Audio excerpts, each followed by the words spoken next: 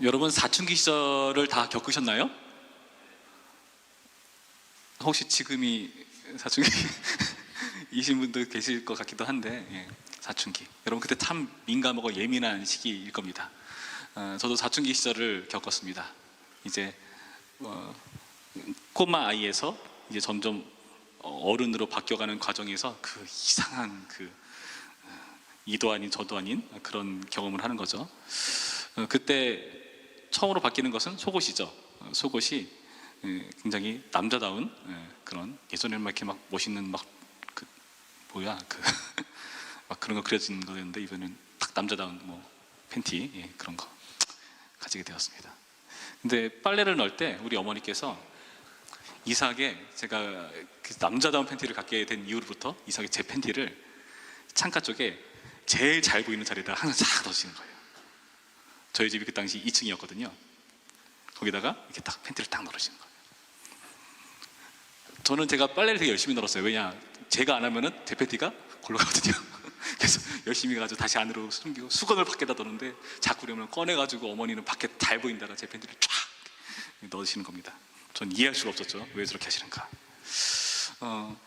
여러분 제가 뭐 전에 말씀드린지 모르겠지만 저는 아버지가 일찍 돌아가셨어요. 그래가지고 어머니 혼자서 저와 누나를 길러 오셨는데, 근데 이제 저는 그때는 이해 못했지만 지금은 좀 이해가 돼요. 어머니께서 생색 내시는 거구나. 우리 집에도 남자가 있다. 얕보지 마라. 그런 마음이 담겨 있는 그런 표현이라고 생각을 해요. 거기다가 굳이 제가 성인이 되자마자 그런 팬티를 앞에다 탁 널어놓고, 그리고 신발장 가면은 옛날에는 우유 넣는 그 구멍이 있었는데 아세요? 크게 웃으시는 분들, 저와 같은 시대를 사셨군요. 거기다가 우유를 넣잖아요. 그렇죠? 제 신발을 거기다가 두면은 저는 신발 신을 때 발을 막 이렇게 가야 되는 그런 불편한 일을 겪어야 되는 막 그런 불편한 일을 겪었었죠. 그런 식으로 해가지고 어머니께서 우리 집에 남자가 있다는 것을 계속해서 티를 그렇게 내시는 겁니다. 왜냐하면은 그만큼 남자가 없는 집안에서의 남자 역할이 굉장히 어머니 딴에는 중요하다고 여겼던 거죠. 그리고 실제로 남편이 없기 때문에 속상하거나 알게 모르게 무시당하거나 끼어야 될 자리에 끼지 못하거나 하는 그런 것들이 굉장히 속이 상하셨나 봐요. 그런 마음들이 반영된 그런 행동일 것입니다. 그래서 저는 여러분 저희 어머니한테 되게 소중한 존재입니다. 저도 우리 어머니한테 VIP예요. 여러분도 그러실 겁니다. 오늘 본문을 말씀을 보시면 굉장히 딱한 처지의 한 인물을 보여주죠. 어떤 여인인데요, 이 여인은 아들을 잃습니다. 말씀을 자세히 보시면은 12절 말씀 보실까요? 성문에 가까이 이르실 때에 사람들이 한 죽은 자를 메고 나오니 이는 한 어머니의 독자요. 여러분 독자 아시죠? 아들이 하나밖에 없는 겁니다. 그의 어머니는 과부라. 자, 그 죽은 자의 어머니의 그 심정을 여러분 한번 생각해 봅시다. 독자가 지금 가버린 상황, 남편도 없이 살아왔는데 그 아들이 사라져버린 굉장한 상실감에 빠질 만한 상황이라는 것을 우리가 주목해 봐야 합니다. 그게 너무 딱했는지 많은 사람들이 그 자리에 함께하고 있죠. 그 성에 많은 사람도 그와 함께 나오거늘, 거기에 있는 많은 사람들이 함께할 정도로 저건 정말 딱한 상황이다, 우리가 함께해야 되는 그런 자리다라는 것을 지금 이렇게 표현하고 있는 거죠. 여러분 중에는 어떤 친구들 같은 경우 뭐 결혼을 일찍 하는 친구도 있을 테고 여러 가지 경조사에 참여하게 되는 나이가 됐죠. 그렇죠? 결혼식은 못 가도 괜찮아요. 돈을 많이 벌이면 돼. 농담입니다. 근데 정말 가야 되는 자리는 뭐냐면은 장례식장이에요. 여러분 친구들의 장례 같은 자리 있죠? 거기는 정말 가야 되는 자리입니다. 거기는 돈 많이 버는 걸로 마음이 풀린 게 아니에요. 거기는 같이 가서 지금 이 슬픔의 자리에 이 사람이 나와 함께 있다 하는 것으로 그걸 위로받는 자리거든요. 그러니까 그런 데를 여러분 꼭 가셔야 됩니다. 여러분 이게 지혜예요. 지금 이런 상황인데 이렇게 함께하고 있는 모습들을 본받아야 되죠. 그리고 그 자리에 예수님께서도 함께 계시다는 거죠. 보실까요? 13절 말씀 보시면 어떻게 되어 있습니까? 주께서 과부를 보시고 불쌍히 여기사. 그 여인을 보시고 예수님 또한 불쌍히 여기셨다라고 말씀하고 계세요. 여러분 우리 가운데 알게 모르게 남들에게 다 말할 수 없는 갖가지 곤란한 일들과 어려움들이 있으리라 생각합니다.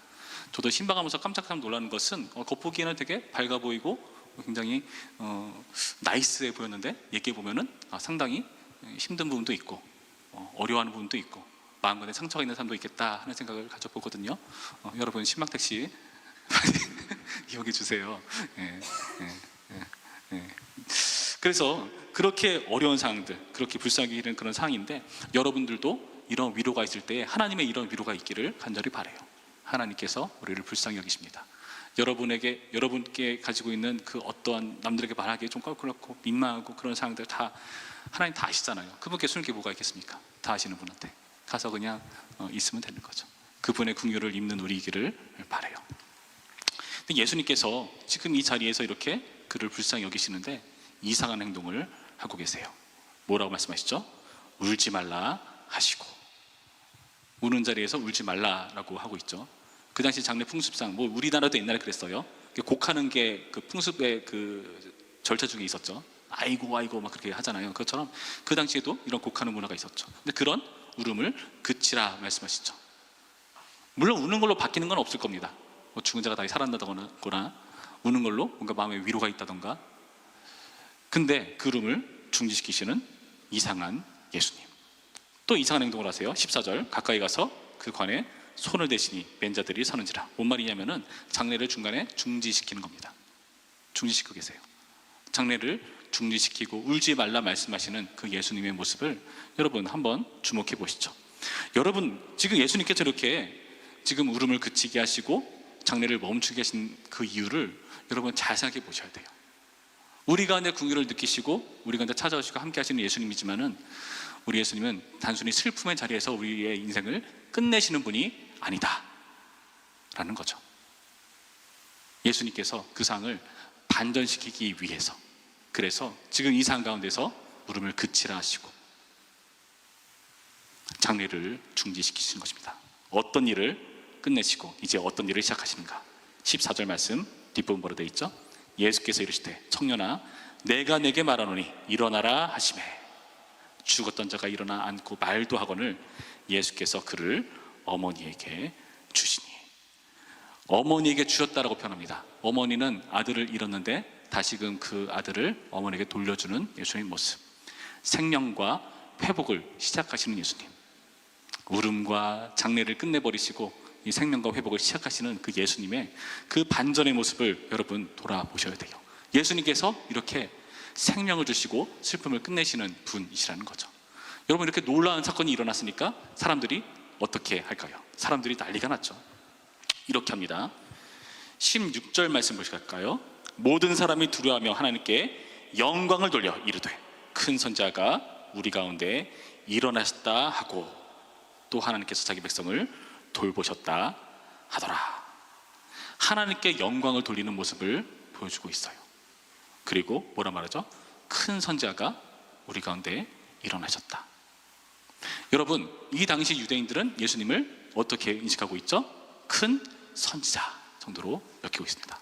큰 선지자가 우리 가운데 일어나셨다. 여러분 큰 선지자라는 표현은 정말 대단한 표현이에요. 유대 사회에서는 선지자라는 역할을 하는 사람들이 역사 가운데 쭉 있어 왔죠. 그 사람들의 역할은 뭐냐 하면은 이스라엘의 잘못된 방향으로 가거나 엇나갈 때에 그들에게 하나님의 말씀을 전해주는 겁니다. 예언이라고 하죠. 예언. 여러분 이 예언이 미리 말한다는 의미도 물론 포함하지만 그건 굉장히 작은 부분이고요. 하나님의 말씀을 맡아서 전한다라는 의미가 더 커요. 그 예가 그 예금할 때 그런 예자처럼 이렇게 맡아서 전하는 겁니다. 그러니까 사실은 미래의 말씀도 하시지만은 가장 많은 건 뭐냐면은 그 당시 시대의 죄악들에 대해서 율법을 통해서 비추어서 지적하시는 하나님의 말씀으로 꾸중하는 그런 역할을 선지자들이 했어요. 그 꾸중만 하느냐? 아니다. 앞으로 우리가 잘 회복되고 지금 하나님께서 이렇게 혼내시지만은 우리를 온전케 하실 것이다라는 소망의 메시지를 예언하시는 것, 이런 것들을 선지자들이 하는 역할이에요. 저는 선지할까요? 아닙니다. 선지자는 하나님의 말씀의 권위를 가지고 하는 건데 저는 지금은 달라요. 지금은 하나님께서 저에게 직통으로 계시를 주셔서 제가 쫙 뱉는 그런 게 아니라 지금은 기록된 말씀을 연구해서 성령의 감동으로 이것을 잘 공부하고 묵상하고 하나님께 주시는 마음을 가지고 여러분에게 전해주는 거죠. 좀 차이가 있습니다. 그분들은 받는 걸 바로 말하지만 저는 뭐 받았을 때 아닐 수도 있고, 그렇죠?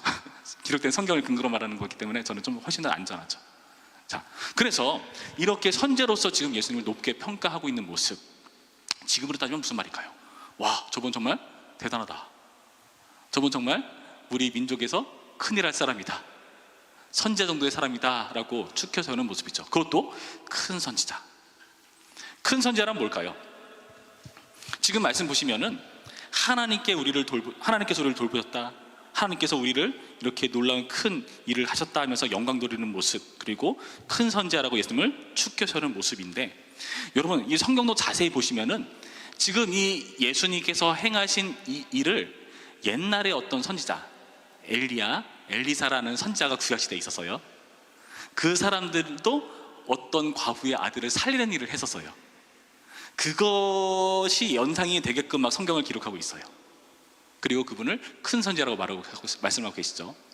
그러니까 사람들의 인식은 뭐죠? 지금 이 예수님을 그 당시에 엘리사급으로 보고 있다는 것. 그리고 이 큰 선자를 예전에 모세는 뭐라고 말했냐면은 이렇게 말했어요. 모세가 이제 갈 때가 다 돼가면서 그 백성들을 남겨두고 가는 거잖아요. 백성들한테 이런 말을 해요. 너희 형제 가운데 나 같은 선자를 하나 세울 것이다, 이렇게 말씀하시는 거죠. 그러니까 모세가 가서 끝나는 것이 아니라 나 같은 선자 또 세우셔가지고 너네를 돌볼 테니까 너무 염려 말아라, 그런 의미로 말하는 거죠. 그 큰 선자가 나타났다라는 것. 베드로도 말합니다. 그 모세 말을 그대로 인용해서 사도행전에서 이 큰 선지자, 모세가 말한 이 나와 같은 선지자는 바로 예수님이시다라는 것을 우리 가운데 보여줍니다. 그게 사도행전 3장에 나오는 베드로의 설교 중에 나타나요. 자, 여러분 이쯤 보시면은 우리가 예수님을 추켜 세우고 높여드리는 차원이 큰 선지자 차원에서 그쳐버린다는 것을 우리가 좀 짚고 넘어갈 필요가 있습니다. 예수님 사실 세상 사람들은 어떤 정도로 보고 있죠? 뛰어난 세상의 4대 성인 중에 한 사람, 놀라운 일을 행하는 사람, 그렇죠? 성경에 나타난 이런 사람을 살리는 이런 기적들은 그냥 뭐 기록이니까 믿지는 않고, 그렇죠? 그냥 대단한 사람이다 정도로 여기는 것 같아요. 유대인들도 나름 예수님을 대단한 분으로 치켜 세우고 있어요. 큰 선자로 이렇게 얘기를 하면서. 그러나 안타까운 것보다 예수님을 하나님 차원으로는 보지 못하고 있다는 것입니다. 오늘 본문에서 이 누가는요 의도적으로 이런 표현을 써요. 이런 보실까요? 13절에 아까도 우리 읽었지만은 주께서 과부를 보시고 불쌍히 여기사, 주께서 과부를 보셨다라는 표현을 씁니다. 여기 원래의 성경을 그 헬라어를 보면은 여기 과부란 표현이 없어요. 그냥 주께서 그녀를 보시고, 여기서 본다가 돌본다는 의미가 있습니다. 자, 이 인식을 가지고 그대로 쭉 내려오셔서 16절 뒷부분 볼까요? 16절 뒷부분 뭐라 되어 있죠? 또 하나님께서 자기 백성을 돌보셨다 하더라. 자, 볼까요? 사람들은 그 예수님을 통해서 하나님을 보는 거죠. 하나님께서 우리를 돌보시고 있어, 그 저 힘들어하는 저 과부를 돌보셨어 라는 그런 인식을 가지고 있는데, 누가는 의도적으로 그 표현을 그대로 예수님께 적용하고 있다는 거죠. 주께서 과부를 보시고 돌보시고. 그리고 엘리야나 엘리사는요 좀 차이가 있습니다. 그 사람들은요 하나님께 기도를 해서 그런 기적을 일으켰죠. 근데 오늘 본문에 나타난 예수님은 기도하지 않습니다. 그냥 명령하죠. 일어나라. 그러면은 우리가 생각하는 그런 대단한 선지자, 대단한 4대 성인, 뭔가 뛰어난 초능력을 가진 사람 차원이 아니라 누가는 이 예수님을 하나님으로 묘사하고 있다는 거예요. 그런데 왜 사람들은 이 예수님을 하나님으로 받아들이지 못하고 있는가? 여러분 왜 그렇다고 생각하십니까?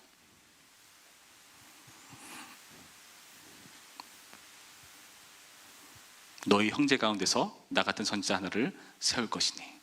무슨 말이죠? 그 사람을 봤는데요 우리와 별다를 바가 없어 보여요. 똑같은 물리적인 피부와 뼈와 살을 가지고, 이사야 편을 보면은 흠모할 것이 없는 굉장히 그런 외모를 가진 분, 우리랑 별다를 바 없어 보이는 그런 한 사람으로 보이는 겁니다. 하나님께서 우리처럼 되신 게 이게 잘 와닿지 않는 거예요. 여기 나타난 그 관에 손을 댔다고 하잖아요. 이런 무슨 뜻이죠? 유대인들은요, 그 죽은 시신을 손대는 것을 굉장히 부정적으로 여기거든요. 그러니까 이것을 굉장히 껄끄러운 일인데 그 일도 감수하실 만큼 예수님께서 그 부정한 자리까지 찾아오신 것입니다.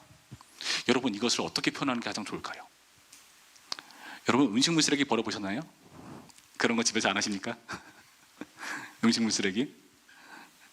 음식물 쓰레기통에 음식물을 막 담죠. 뭐 요즘은 좋은 거 많아서 막 갈아서 가루로 하는 데도 있는데 비싸잖아요, 그렇죠? 물 틀어놓으면 샥 가루대서 아래로 빡 빠져나가는데 비싸서 못 사요, 그런 거는. 옛날에 저희 어머니는 음식물 쓰레기 받아 놓으면은 딱 해서 밖에다 이렇게 내둬놓고 그 봉투에다 국물 뽕 뚫으면 그걸로 국물이 막 빠져나가요. 그럼 부피가 줄죠. 그러면은 더 많이 들 수 있어요. 아세요? 자, 그 음식물 쓰레기 손에 닿는 거 찝찝하죠. 그 음식물 쓰레기통 봉지에 들어갈 만한 자격은 먹다 남은 음식물이어야 되겠죠, 그렇죠? 버릴 음식물이어야 됩니다. 여러분, 죄로 가득한 이 세상 가운데 이곳을 마치 음식물 쓰레기장으로 비유한다면은 예수님께서 거기 들어갈 만한 모습으로 오신 거예요. 이게 와닿나요? 쓰레기로 구겨져 가지고 쓰레기통에 버려진 그런 쓰레기처럼 이 땅 가운데 들어오신 겁니다. 근데 우리는 그분을 달갑게 여기지 않죠. 우리보다 뭔가 특별한 구석이 있어야지, 달라 보여야지. 근데 안 그렇거든요. 우리 같아 보이는 보잘것없는 모습들, 그런 모습에 실망하는 건지도 모르겠습니다. 그래서 유대인들은요, 예수님께서 십자가를 지신다 했을 때 굉장히 배신감을 느끼죠. 예수님의 십자가에 못 박히는 그 모든 것들을 환영하는 그런 유대인들의 모습을 우리는 나중에 보는 것입니다. 여러분, 예수님께서 우리 같은 모습을 여러분 어떻게 생각하십니까? 세상은요, 사람들이 자기 원하는 염원을 담아서 우상을 만들죠. 그렇습니다. 여러분들이 원하는 어떠한 것들이 있다면 거기에 합당한 우상들을 취해오죠. 이스라엘 백성들이 광야에서 금송아지 형상을 만든 이유가 뭐냐면은 그 금송아지는 그 당시 애굽에서 아마 아피스 신일 거라고 예상을 하는데 잘 모르겠어요. 근데 그게 풍요와 그 번영을 주는 그런 신으로 그 소를 차용한 거죠. 그러면서 뭐라고요? 우리를 애굽 땅에서 인도에는 뭐 여호와다 막 이런 말 하면서 막 우상을, 금송아지를 섬기잖아요. 뭐냐면은 자기도 하나님을 섬긴다고 하지만은 자기 염원을 담아서 섬기는 거예요. 우리랑 비슷해 보이는 예수님이 원하지 않는 겁니다. 그렇죠? 한때 한참 유행했던 긍정의 힘이라는 책, 뭐죠? 우리가 원하는 바를 이루어지는 신이면은 열광하는 거예요. 여러분, 우리가 예수님 환영하지 않는 이유, 예수님을 외면하는 이유, 우리가 기대하는 모습이 아니기 때문에. 여러분, 십자가에 달리신 예수님 생각해 보셨나요? 너무 이상하지 않습니까? 기독교의 상징 십자가, 거기 예수님이 딱 달려있고 피 흘리시면서 지쳐 계시고 비쩍 마르셔가지고 피를 뚝뚝 흘리며 물을 뚝뚝 떨어뜨리며 매달려 계신 모습. 유대인들의 관점에 의하면 나무에 달리는 저주를 받은 자다, 신명기서에 나오죠. 저주받는 그 자리에 벌거벗겨진 채로 매달려 계십니다. 근데 세상의 우상은 어떻습니까? 제가 봤던 우상들은 다 통통해요. 기름이 잘잘 흐르고요, 편안한 자세로 누워 있어요. 막 이렇게. 그렇죠? 세상이 원하는 신의 모습이죠. 여러분이 원하는 걸 여러분의 신으로 만들죠. 제가 어디 보니까 트럼프도 신으로 보신 데가 있던데, 스파게티도 섬기는 신으로 있는 거 알아요, 여러분? 별의별 신을 다 섬겨요. 자기 좋아하는 걸 신으로 하는 거죠. 예수님은 그런 모습과 다릅니다. 우리의 기대와 다른 모습. 여러분, 왜 우리의 기대와 다른 그 예수님을 우리가 받아들여야 되는가? 왜 예수님께서 그 모습으로 오셔야 했는가? 여러분, 이 문제를 좀 짚고 넘어가 봅시다. 그렇게 해야 예수님께서 우리를 이해하시는 거죠. 히브리서 4장 15절 말씀에 의하면 이런 표현이 있습니다. 우리의 연약함을 체휼하지 아니하시는 분이 아니다. 모든 일에 우리와 같이 되셨다. 그렇게 우리와 똑같이 되어서 시험을 당하신 분이시다. 여러분의 고통 예수님 모르실까요? 알아요. 너 그거 고통스럽지? 나도 알아. 나도 그거 고통 알아. 말할 수 있는 신이다. 그렇죠? 다른 이방의 신들, 우리가 기대하는 멋있는 모습을 갖춘 신들, 저 하늘 위에서 멋지게 누워가지고 아이고 힘들겠다, 너가 열심히 기도하면 내가 들어주겠다 하는 그런 신들 아니라는 겁니다. 예수님은 우리의 처지와 고통을 아시는 분이세요. 여러분, 이게 놀라운 겁니다. 여러분 주변에 어울릴 친구들이 얼마나 되시나요? 모르겠어요. 언젠가부터 점점 풍경이 바뀌어가지고, 그래도 우리 청년분은 좀 다른 것 같은데, 제가 여기 오기 전에 사역했던 교회는요, 중고등부를 제가 맡았거든요. 그 당시 중고등부 애들은요 딱 나와가지고 서로 대화를 안 해. 스마트폰 꺼내가지고 계속 그거 하고 있어요.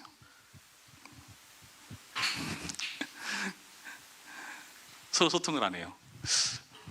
모르겠어요. SNS에 얼마나 대단한 친구들이 있는지는. 여러분, 뭘까요 그게? 여러분, 외롭지 않으십니까? 여러분의 처지를 말하면 다 받아주는 그런 친구 있으면 좋지 않겠습니까?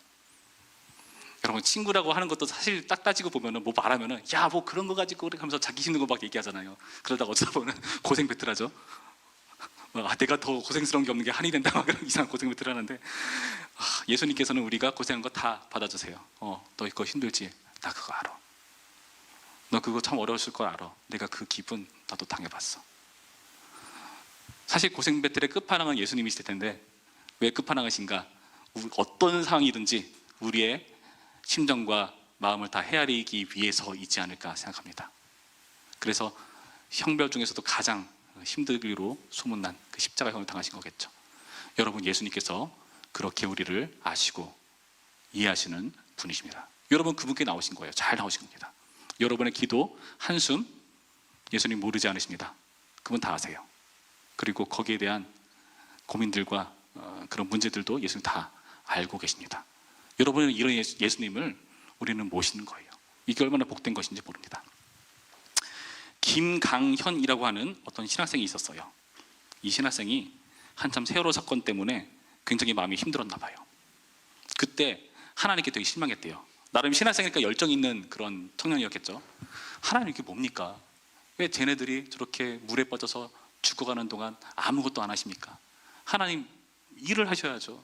왜 이렇게 하셔가지고 이렇게 곤란한 아픔과 슬픔을 허락하십니까? 그렇게 이해할 수 없는 것 때문에 힘든 그런 마음을 가지고 방황하다가 어느 날 어떤 집회 현수막을 봤대요. 그 현수막에 세월호 유가족의 간증이 있는 그런 현수막이었나 봐요. 근데 거기에 이런 글귀가 적혀 있다고 합니다. 내가 하나님을 믿는 이유는 그분이 나와 같이 아들을 잃어본 아픔을 아시기 때문이다. 여러분, 모든 문제를 주님께로 가지고 나오시기 바랍니다. 주님께서 아시고요, 받아주십니다. 그리고 여러분의 문제에 대한 해결도 갖고 계시고요. 물론 그 해결을 강요하지 않으세요. 여러분의 적절한 때에 하나님께서 자연스럽게 응답하실 겁니다. 우리의 모든 것들을 공감하시는 하나님, 저는 이 하나님이 좋더라고요. 저는 이 하나님이 마음에 들더라고요. 제가 대학 다니던 시절에 저는 뭐 미술을 했었으니까 좀 특이한 분이 계셨어요. 목사님이 미술을 하시는 분이 있더라고요. 그래서 저분 좀 특이하시다 하다가 어떻게 같은 수업도 듣게 되고 교제할 기회가 있었는데, 그 목사님께서 이렇게 교제하다 보니까 항상 옷도 좀 허름하게 입으시고 막 그렇게 하시는 분인데, 그분이 알고 보니까 교도소에서 사역하시는 분이세요. 교도소의 죄수들을 만나서 사역하시는 분인데, 어느 날 저한테 책을 몇 권 주시더라고요. 이게 뭐예요? 딱 봤는데 책도 되게 허름한 막 복사 막 이렇게 지저분하게 된 그런 복사지에 엮은 책, 글씨는 다 손글씨. 이 목사님이 타이핑을 못 하시나 보다 저 그렇게 생각했어요. 근데 나중에 알고 보니까, 아니 목사님 왜 교재면은 좀 깔끔하게 보기 좋게 만들어야지 이렇게 손글씨를 쓰면은 뭐 누가 알아봅니까? 이렇게 물어보니까 하시는 말씀이, 죄수들은요 타이핑된 글씨를 안 읽는데요. 왜 안 읽을까요? 저는 생각해 봤습니다. 여러분, 누군가에게 카톡이 오면은 그 글씨를 신중하게 읽나요? 읽고 싶잖아요. 그 글씨들. 근데 누군가 손으로 전해준 글씨는 여러분 어떻게 받아들입니까? 좀 느낌이 다르지 않나요? 아마도 그분들은 제 생각에 그 글씨에 인격이 빠져있는 그 차갑게 느껴지는 글씨를 싫어하는 것이 아닌가 하는 생각이 들었어요. 그래서 그 인격이 담긴 표현들과 그런 접근들을 이렇게 받아들이려 하는 것이 아닌가 하는 생각을 가져보았습니다. 저는 그 모습을 보면서 그렇게 다가갔을 때에 사람들이 마음을 열 수 있구나. 저 사람이라면 내 문제를 이해할 거야. 꾸중하고 잔소리하고 뭐라고 하는 것이 아니라 오히려 나의 기분을 공감하시고 뭐든 다 이해해 주시고 그리고 나에게 적절한 말씀을 주실 거야 하는 그런 기대. 여러분 그 기대를 예수님께 가지시기 바랍니다. 동화책 작가 중에 안녕달이라고 하는 작가가 있어요. 여러분 아시는 분 있나요? 그분이 쓴 책 중에 눈아이라고 하는 책이 있습니다. 한번 보세요. 되게 좋은 책이에요. 눈아이인데 어떤 조그만 꼬마애가 이렇게 눈덩이가 자꾸 자기를 따라오는 거예요. 그 눈덩이에다가 이렇게 눈도 그려주고 몸통 팔다리도 만들어주고 하니까 얘가 갑자기 짜잔하고 살아나가지고 막 얘를 따라다니는 거예요. 같이 막 어울리는 거죠. 같이 친구처럼 어울리며 노는 겁니다. 근데 같이 어울려 놀다 보니까 이 눈이 점점 어떻게 되죠? 녹아요. 녹아지면서 점점 작아지고 주르륵 물로 흘러내리고 그러면서 물어봅니다. 내가 더러운 구정물이 되어도 너는 나랑 친구해 줄 거야? 그렇게 말하더라고요. 응. 여러분 예수님이 이런 분이세요. 하나님께서 창조하신 그 창조물을 그대로 놔두지 않으시고 찾아오셔서 우리와 같이 되셔서 우리의 친구가 되어주시고 우리를 품어주시는 예수님이라는 것을 여러분 믿으시고 그 예수님께 여러분의 마음을 여시기를 주님의 이름으로 축원합니다. 기도하겠습니다. 참 좋으신 하나님 감사드립니다. 주님의 은혜 안에서 이처럼 우리를 사랑하시고 다른 신처럼 우리의 정성과 치성을 받으려 하는 신이 아니라 오히려 우리에게 찾아오시고 우리와 동일하게 되신 그 예수님을 우리가 이 시간 기억하며 감사드립니다. 하나님, 우리의 모든 문제를 아시는 하나님, 그 하나님이기 때문에 우리가 주님 앞에 나아갑니다. 예수님을 영접하기로 다시 합니다. 주님께서 은혜를 베푸셔서 이 VIP 초청주일 주님의 VIP로서 가치를 회복하게 하여 주시옵시고 주님께 감사드리며 나아가는 귀한 시간 될 수 있도록 우리 모두를 축복하여 주시옵소서. 예수님의 이름으로 기도했습니다. 아멘.